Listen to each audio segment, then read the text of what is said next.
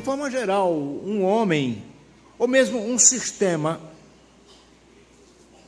ele pode muitas coisas, porém ele não pode tudo.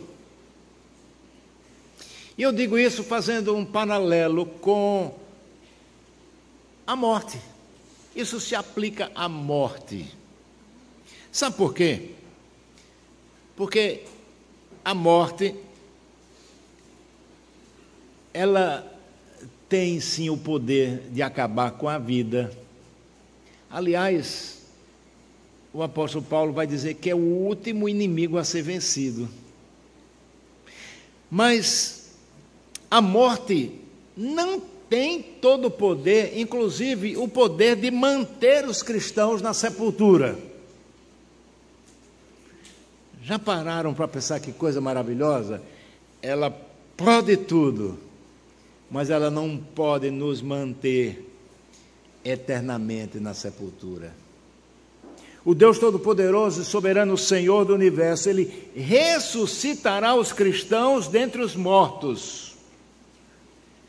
Só que agora, não mais com o corpo debilitado, corruptível, mortal, mas sim com um corpo restaurado, um corpo assim preparado para a nova realidade do reino de Deus, naquilo que as Escrituras chamam de estado final de todas as coisas. É sobre essa verdade que refletiremos no sermão de hoje, meus irmãos. Então, abra sua Bíblia na Epístola do apóstolo Paulo aos Coríntios, capítulo 15. E nós leremos, aliás, eu lerei, vocês acompanharão, os versículos de 35 ao 49. Observe o que diz o texto. Mas alguém dirá: como ressuscitou os mortos? E em que corpo vem? Insensato. O que semeias não nasce se primeiro não morrer. E quando semeias, não semeias o corpo que há de ser, mas o simples grão, como de trigo ou de qualquer outra semente. Mas Deus lhe dá corpo como lhe aprouve, dá a cada uma das sementes o seu corpo apropriado.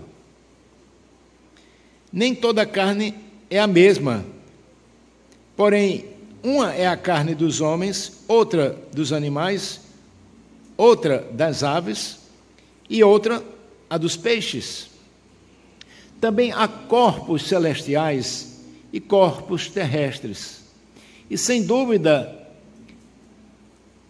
é a glória dos celestiais e a outra é a dos terrestres. Uma é a glória do céu, do sol, outra a glória da lua e outra a das estrelas. Porque até mesmo estrela e estrela há diferenças de esplendor. Pois assim também é a ressurreição dos mortos.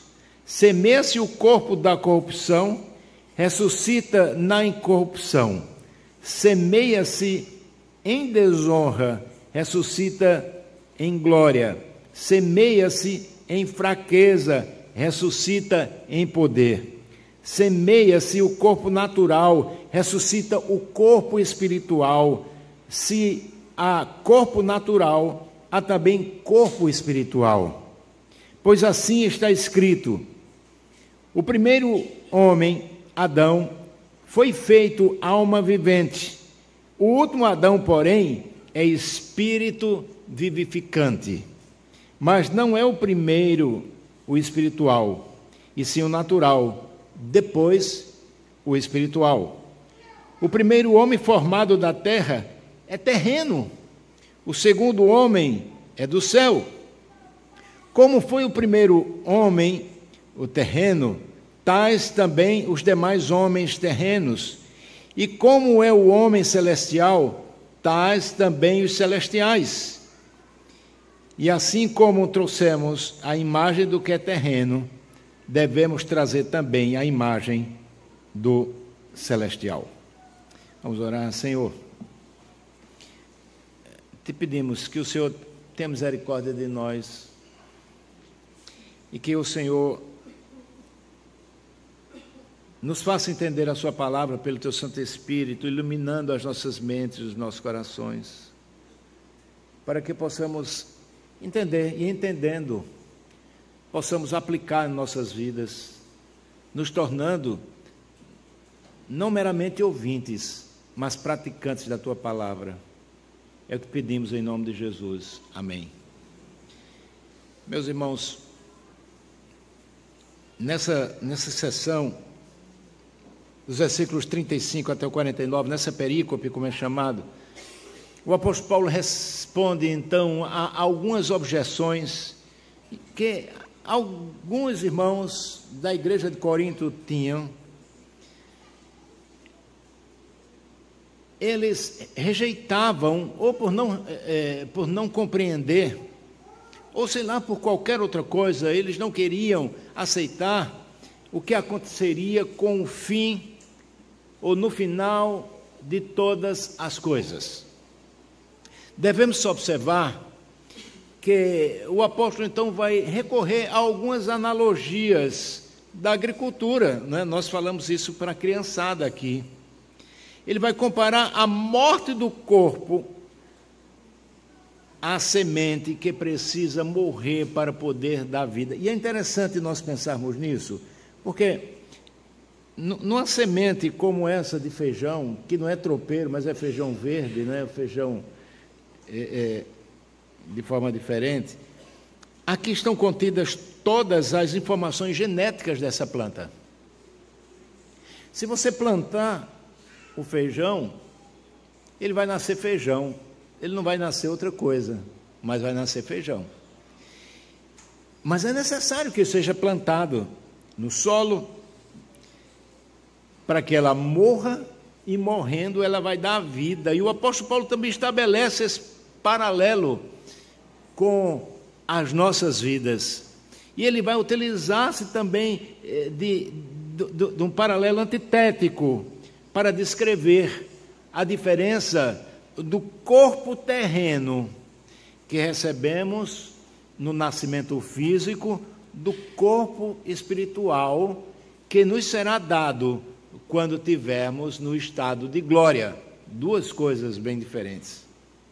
E em termos cristológicos, então, meus queridos irmãos, o apóstolo Paulo vai fazer um comparativo entre o primeiro Adão e o último Adão, aquele que ele vai chamar de último Adão, que inaugura, então, uma nova humanidade agora redimida pelo seu sangue, por aquilo que ele fez por nós na cruz do Calvário. E ele mostra essa diferença entre o primeiro Adão, dizendo que ele é apenas uma alma vivente, e que o segundo Adão é um espírito vivificante, ou seja, aquele que concede, aquele que dá a vida. E desta forma, a ênfase recai então no fato de que o corpo ressuscitado, ao contrário do que alguns criam, é um corpo real, porém um corpo transformado em glória. E é baseado nisso, então, que eu quero refletir com os irmãos nessa manhã, a respeito do tema do corpo natural ao corpo glorificado, a esperança da ressurreição de Cristo. É importante pensarmos sobre esse assunto. Eu quero destacar, em primeiro lugar, que Paulo vai responder algumas objeções, e já vimos que desde o primeiro versículo desse capítulo 15, ele está respondendo a objeções a essa doutrina, a doutrina da ressurreição. Vimos que Jesus já havia enfrentado essa rejeição com os saduceus, e agora Paulo também está enfrentando essa rejeição exatamente naquele contexto da igreja de Corinto, completamente influenciado pela cultura grega daquela época. Pois bem, ele inicia então esse esse texto a partir do versículo 35, e ele inicia com duas perguntas retóricas, estilo de Paulo. Ele pergunta para ele mesmo responder. E essas duas perguntas, elas dizem respeito à mesma coisa, o assunto importante que estava sendo tratado, ou seja, a ressurreição do corpo. E observe então que a pergunta que ele faz, a primeira é: como ressuscitam? Como ressuscitam? E a segunda: com que corpo essas pessoas vão vir? E isso não era meramente uma curiosidade, não é? Mas é algo mais profundo que as pessoas queriam saber. E eu tenho certeza que hoje em dia também muitos de nós têm dúvidas e querem perguntar sobre isso, queriam saber com detalhes como será ou como isso acontecerá, mas nós, de fato, não sabemos maiores detalhes. Nós sabemos aquilo que o Espírito Santo revelou através do apóstolo Paulo, que aqui está escrito. Então, há muitos, inclusive alguns que estão aqui presentes, têm dúvida com relação a essa questão. Mas é interessante pensarmos que o tom da pergunta lá na igreja de Corinto, ou seja, como é que eles ressuscitam e em que corpo virão, na verdade sugere um certo ceticismo, uma incredulidade, ou até mesmo um escárnio, uma zombaria, e não era meramente uma curiosidade doutrinária, mas naquele caso específico aponta exatamente para essa questão. Então, o apóstolo Paulo vai se irritar, e ele responde, não é? Você pode observar no início do versículo 36, com uma exclamação: insensato. Ele adjetiva tais pessoas como sendo pessoas que são insensatas. A sua resposta, embora seja uma resposta dura, às vezes alguém poderia dizer que grosso, né? E que isso é normal que as pessoas digam hoje em dia. Mas o objetivo da sua pergunta é exatamente instruir, corrigir e conduzir os leitores dessa epístola à verdade. E aí, uma pergunta que questiona o modo de ressurreição, e a outra, a possibilidade e a natureza do corpo ressurreto.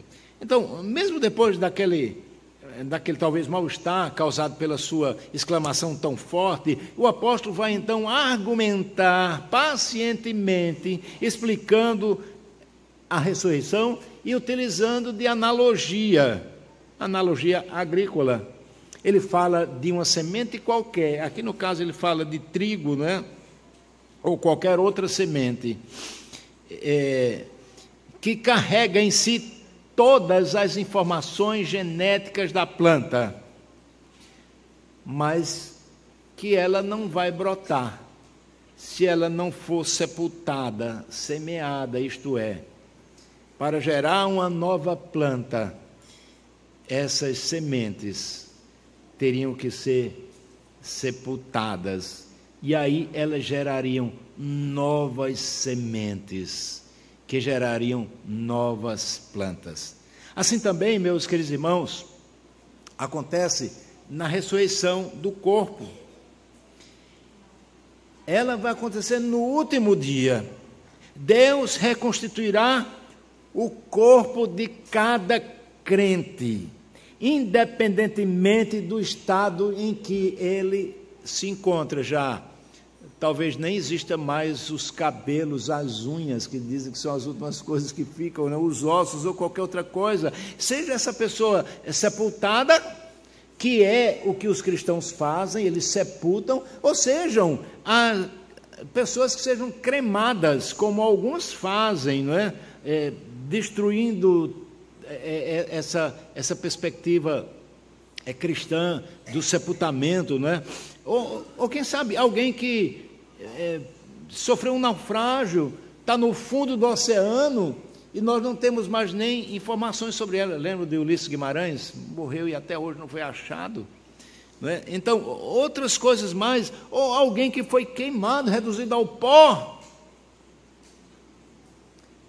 A verdade, o que Paulo está dizendo aqui é que haverá continuidade.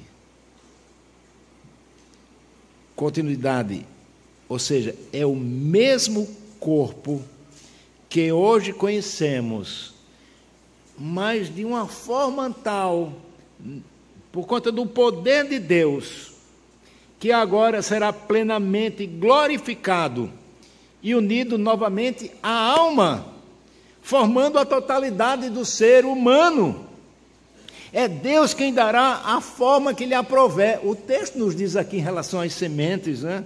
Garantindo então que esse corpo esteja apto para uma nova realidade no reino de Deus. Às vezes as pessoas ficam preocupadas, como isso será? Não se preocupe. Deus nos adaptará para uma nova realidade, num novo céu e uma nova terra. Uma coisa é certa, o corpo ressurreto será formado a partir daquele que já foi depositado na sepultura, ou foi cremado, ou estava nas profundezas do mar, ou seja lá o que for, e se unirá novamente à alma. Será um corpo glorificado, irmãos. Isso é a promessa de Deus. E Cristo, Ele foi essa primeira semente a ser plantada. Essa primeira semente que foi sepultada, mas como nós sabemos pelo relato das Escrituras, Ele ressuscitou ao terceiro dia para produzir muitos frutos. Nele, todos nós descendemos como fruto do seu trabalho na cruz do Calvário, mas Ele morreu pelos nossos pecados, segundo as Escrituras. A segunda coisa que eu quero destacar aqui para os irmãos é quanto à natureza do corpo ressuscitado. Os versículos de 39 a 41, de forma geral, o apóstolo Paulo vai tratar de 3 assuntos. O primeiro assunto, ele vai argumentar sobre a diversidade de criaturas. Desde o princípio, nós sabemos que Deus criou diferentes tipos de corpos para diferentes propósitos. E Paulo então vai mencionar aqui a carne dos homens, ele vai mencionar dos animais, das aves e dos peixes, cada um com a sua estrutura própria. Você pode pensar num pássaro que não tem asas para voar?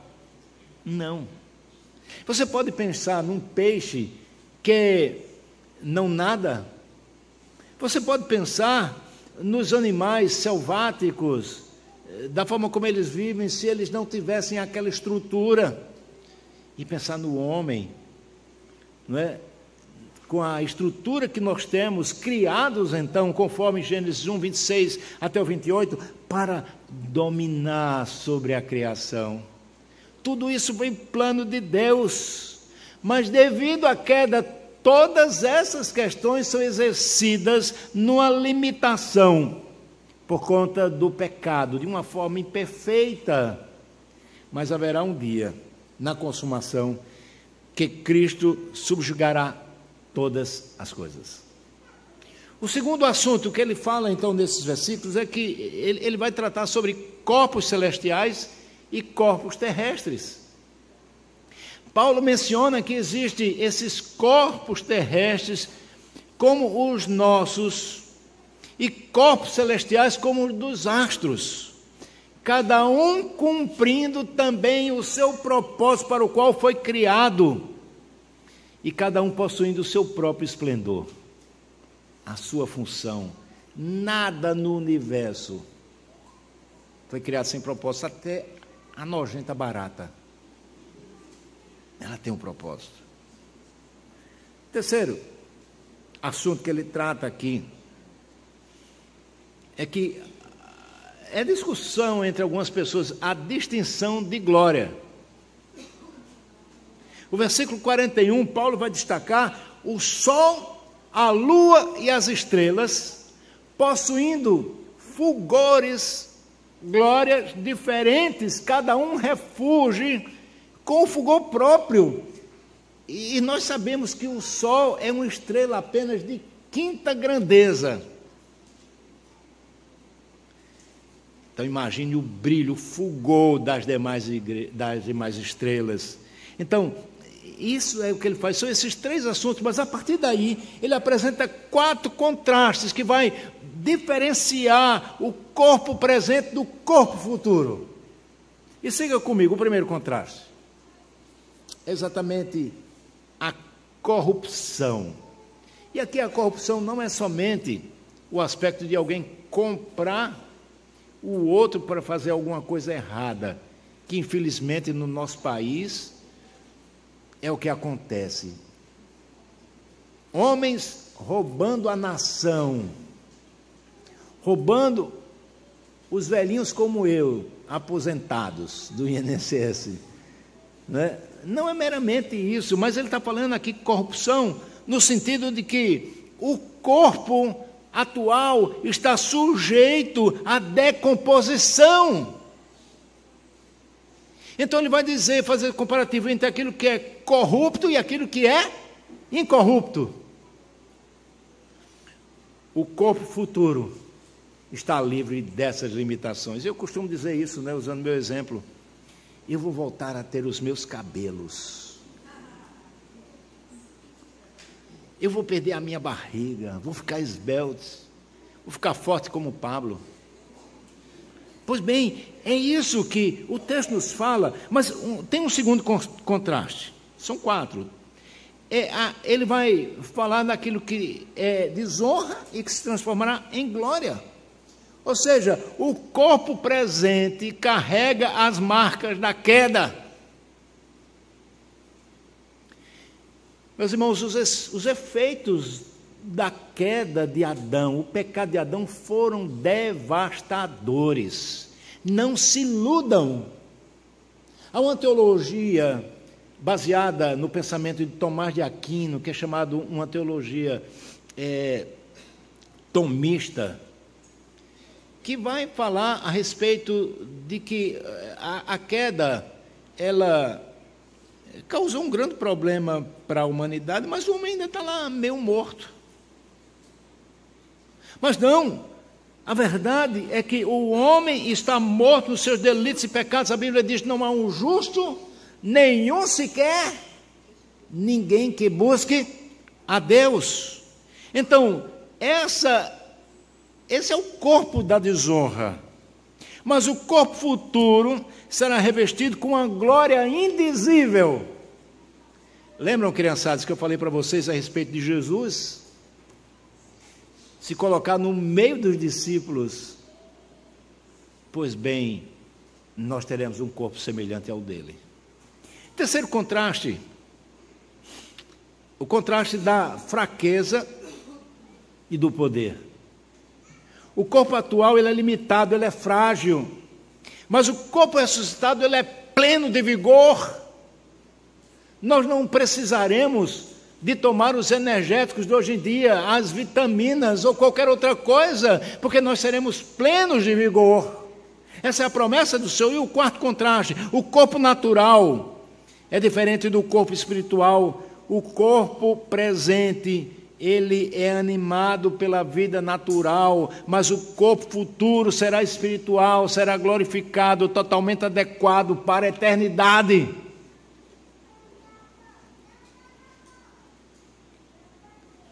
E aquilo que nós vemos aqui não é meramente falando de um corpo que não tem carne e osso. Sim, isso será restaurado, mas plenamente vivificado pelo Espírito Santo de Deus. E um paralelo precioso é pensarmos no corpo de Cristo após a ressurreição. Ele, embora tivesse as suas marcas, lembram? O incrédulo Tomé: se eu não colocar as minhas mãos nas marcas das suas mãos, do seu lado, eu não creio. Pois bem, o corpo de Jesus glorificado, ele mostra essas marcas, mas elas não estão mais sujeitas às limitações. Nós teremos um corpo semelhante ao de Cristo. E a última coisa que nós precisamos destacar aqui no texto é a respeito do último Adão e a nova humanidade. Os versículos de 45 a 49. E ele vai concluir essa sessão, mais uma vez, apresentando alguns contrastes.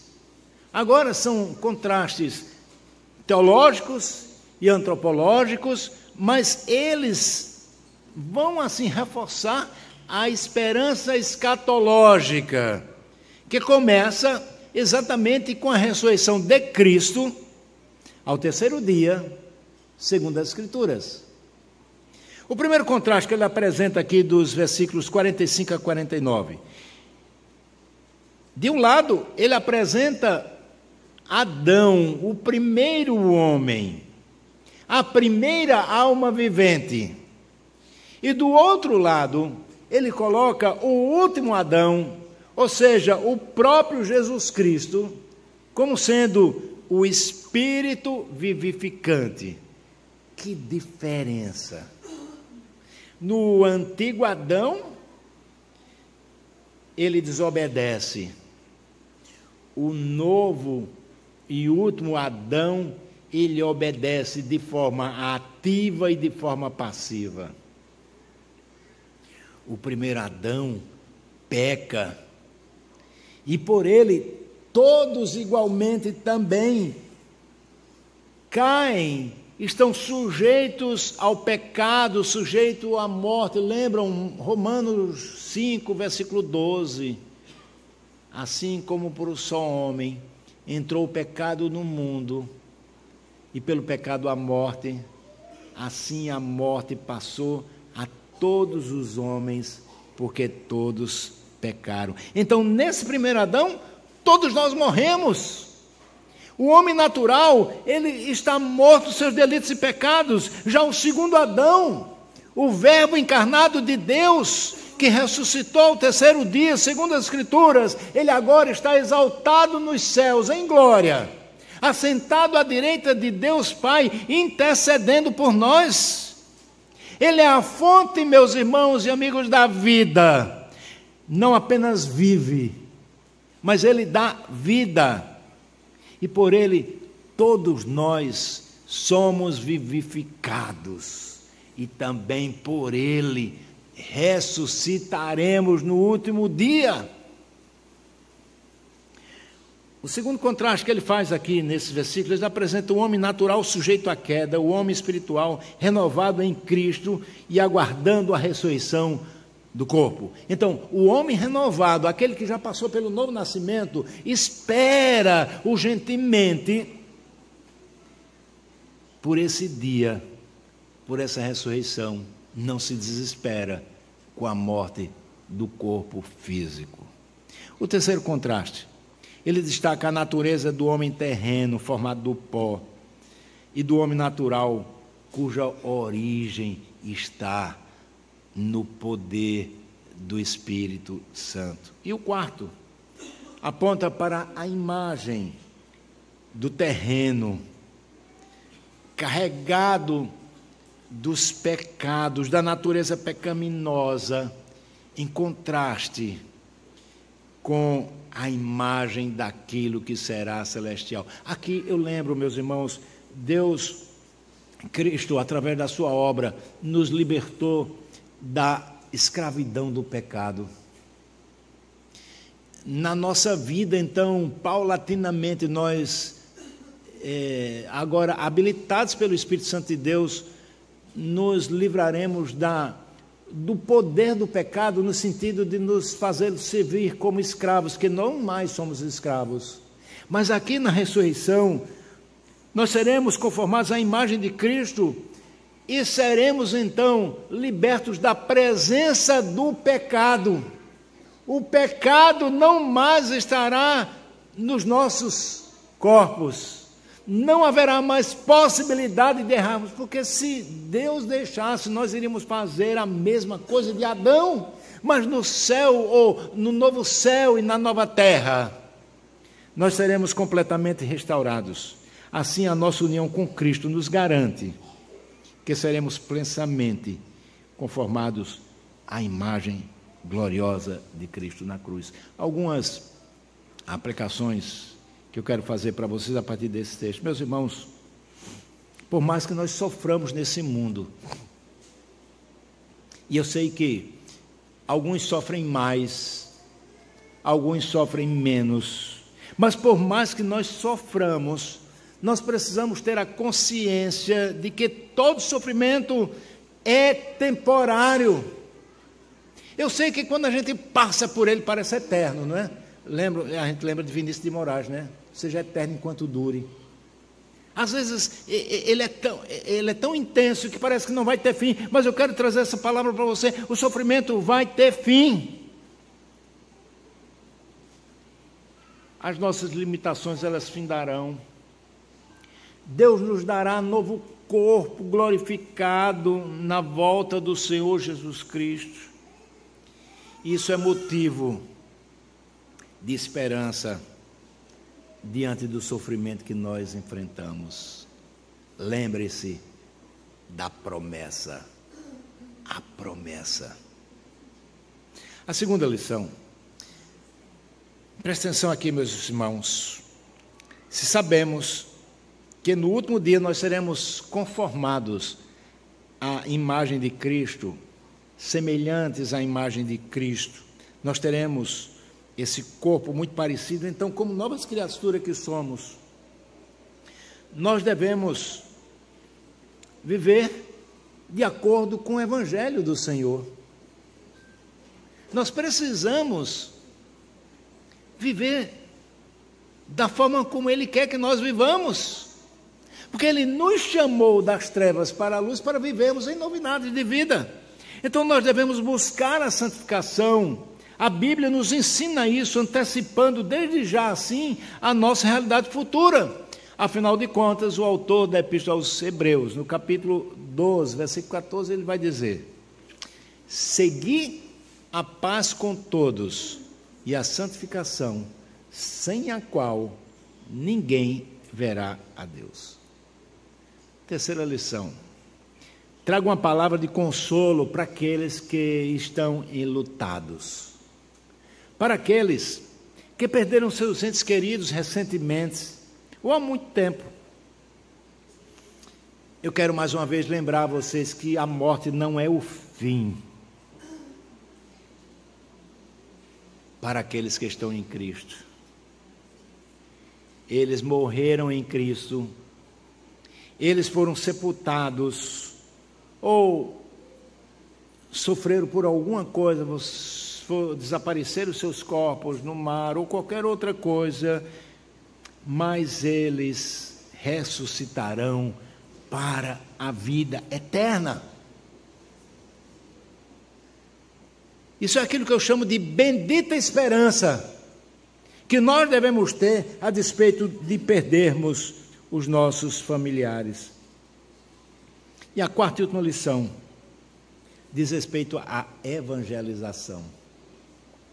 Meus irmãos, se cremos que somos de Cristo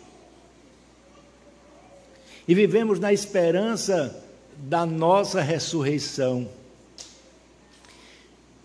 por que é que nós somos tão egoístas e não queremos compartilhar isso com os outros? Isso é a perspectiva de evangelização. Devemos anunciar que aqueles que estão em Cristo ressuscitarão, experimentarão uma nova vida, para que essas pessoas também tenham esperança e não se desesperem diante da morte, como nós presenciamos muitas vezes. Pessoas tão desesperadas, como se não existisse o amanhã para o crente, mas existe.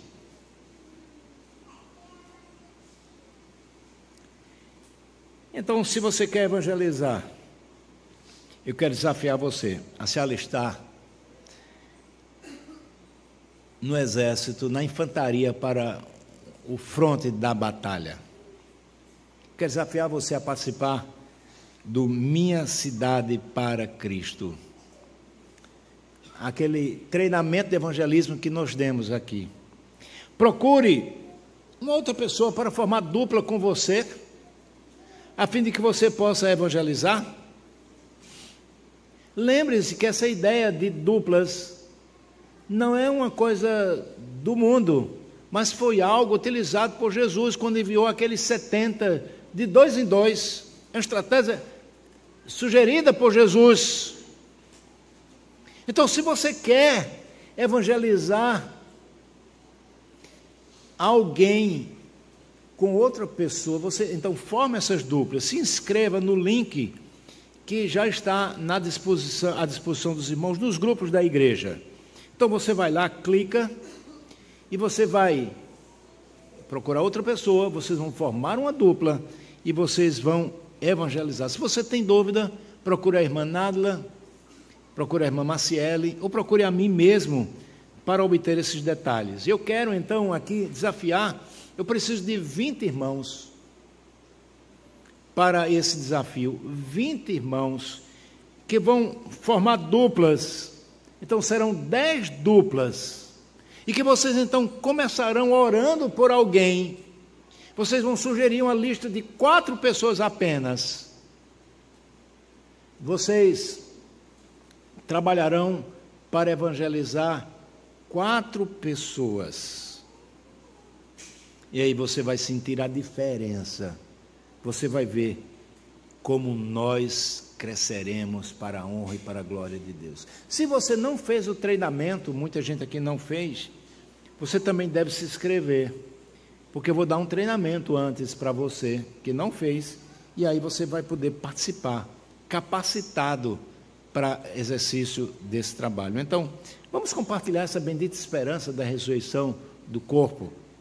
E eu concluo meu sermão lembrando que o corpo humano, por causa da queda, ele é limitado, sujeito à corrupção, à morte, ao sofrimento. Mas há esperança. Há esperança.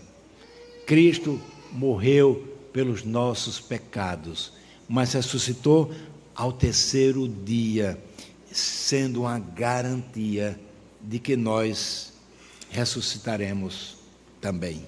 Que Deus nos abençoe. Amém.